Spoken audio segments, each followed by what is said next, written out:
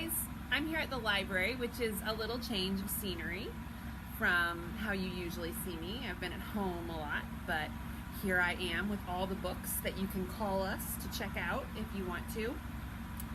And so for our Twisted Fairy Tale this week, we're going to do a twist on Cinderella. And I think it's one of the silliest books we have at the library, but I've always really liked it.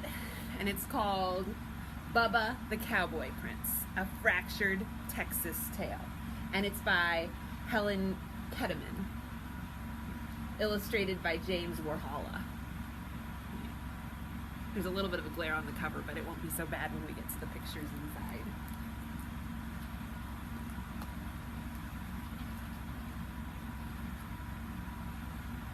It says, the wicked stepdaddy, Bubba, Dwayne, Milton. Once a strapping young feller named Bubba lived on a ranch with his wicked stepdaddy and his hateful and lazy stepbrothers, Dwayne and Milton. Bubba's stepdaddy spoiled Dwayne and Milton to no end, but Bubba worked from sunup to sundown, doing the chores of 3 ranch hands. Bubba never complained, though. He loved ranching.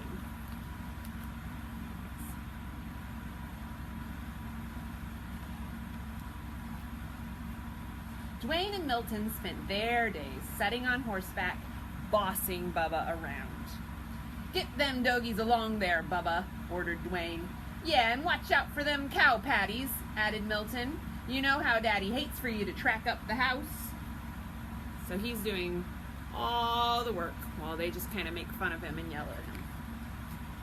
Now, Ms. Lurleen, who lived down the road a piece, was the purtiest and richest gal in the county.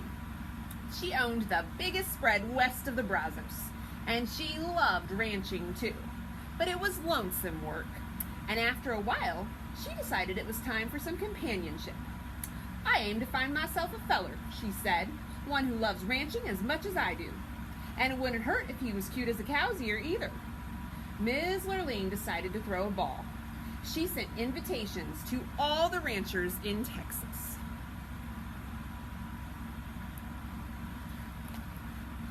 Soon, the day of the ball arrived.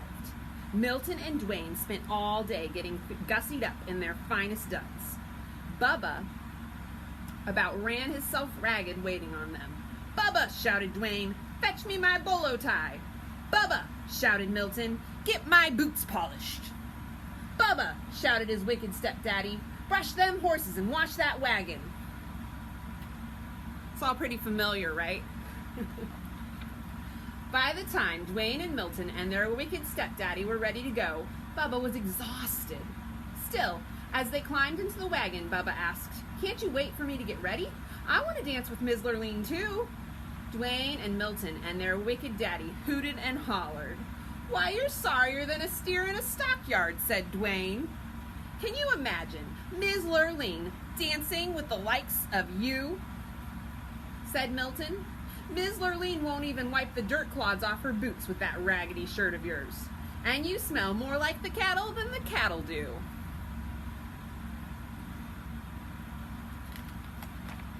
Bubba took a look at himself.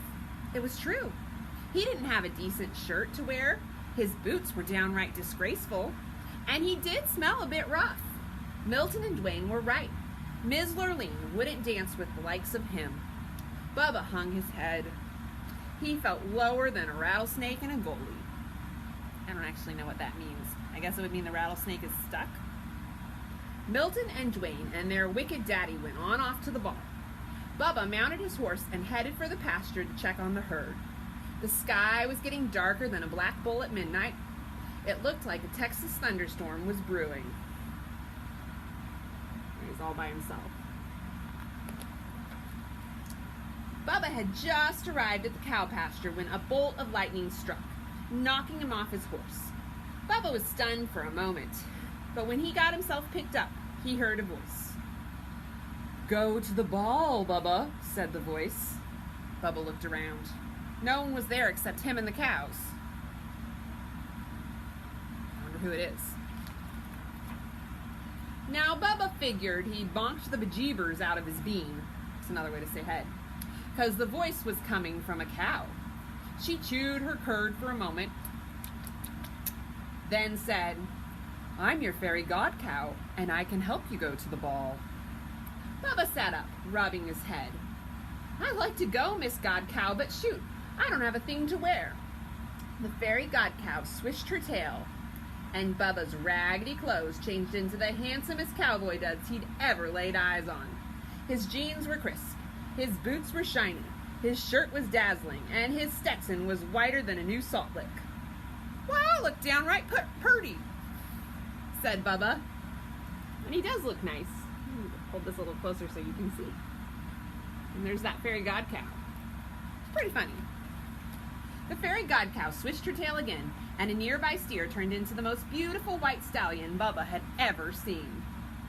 "Now, you go on off to the ball," Bubba said, "and have a good time dancing with Ms. Lurleen.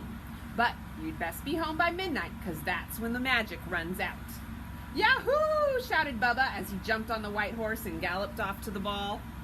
And there he goes. When Bubba arrived, the hoedown was in full swing. But every time Ms. Lurleen finished a dance, she yawned. "Oh, there goes another $10 Stetson on a 5-cent head," she complained. So she's saying, a lot of hat without a lot of brains. Guess she's looking for somebody smart. "Where are all the real cowboys?" she asks. By the time it was Bubba's turn to dance with Ms. Lurleen, it was almost midnight. Soon as she saw Bubba, Ms. Lurleen's eyes lit up. "Why, you're as cute as a cow's ear," she said. Bubba blushed, then took Ms. Lurleen in his arms and started dancing. Dwayne and Milton turned purple with jealousy. "Who is that dude?" said Dwayne. "I don't recollect seeing him before, but he looks a mite familiar," said Milton. "Do something," said their wicked daddy. "That cowboy is winning Ms. Lurleen's heart." And there they are, Ms. Lurleen and Bubba dancing. And the stepdad and the stepbrother's angry. As it turned out, Milton and Dwayne didn't have to do a thing, because Bubba and Ms. Lurleen were in the middle of do-si-doing when the clock struck midnight. Suddenly, Bubba's fine duds turned into the dirty rags he usually wore around the ranch. He looked sorry, and he smelled worse. "What is that awful smell?" asked Milton. "Why, it's Bubba!" shouted Dwayne.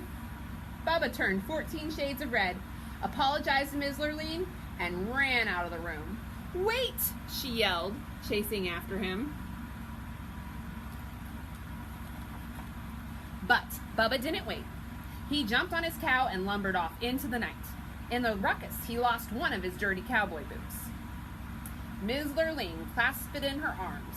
"This is the boot of a real cowboy and the man I want to marry, and I aim to find him." Ms. Lurleen went back inside, and though she asked everybody at the ball, nobody knew who the mysterious cowboy was. Nobody except Dwayne and Milton and their wicked daddy, that is. But they weren't talking, because they're jealous and not nice to Bubba. The next day, Ms. Lurleen went from ranch to ranch looking for the cowboy who owned the boot. When she came to Dwayne and Milton's ranch, both brothers tried the boot on, but it didn't fit. Ms. Lurleen had climbed on her horse to leave when Bubba rode up. He was dirty and sweaty and smelly from working with the cows, and he was only wearing one boot. Ms. Lurleen jumped off her horse and ran over to Bubba. "Try this on," she cried. Bubba took his dirty old boot and pulled it on. "Much obliged, ma'am," he said, blushing. It fit perfectly. "You're my prince and cowboy boot," shouted Ms. Lurleen. "I'd recognize that smell anywhere. Marry me, cowboy, and help me work on my ranch." Dwayne and Milton and their wicked daddy threw chicken fits. But Bubba just smiled, and he and Ms. Lurleen rode off into the sunset. They lived happily ever after, roping and cowpoking and getting them dogies along. And that's the end of Bubba the Cowboy Prince. You could pretty clearly recognize some Cinderella there. So I hope you enjoyed our Fractured Fairy Tale today. I'll see you next Friday, again with a different story. Have a good weekend. Bye.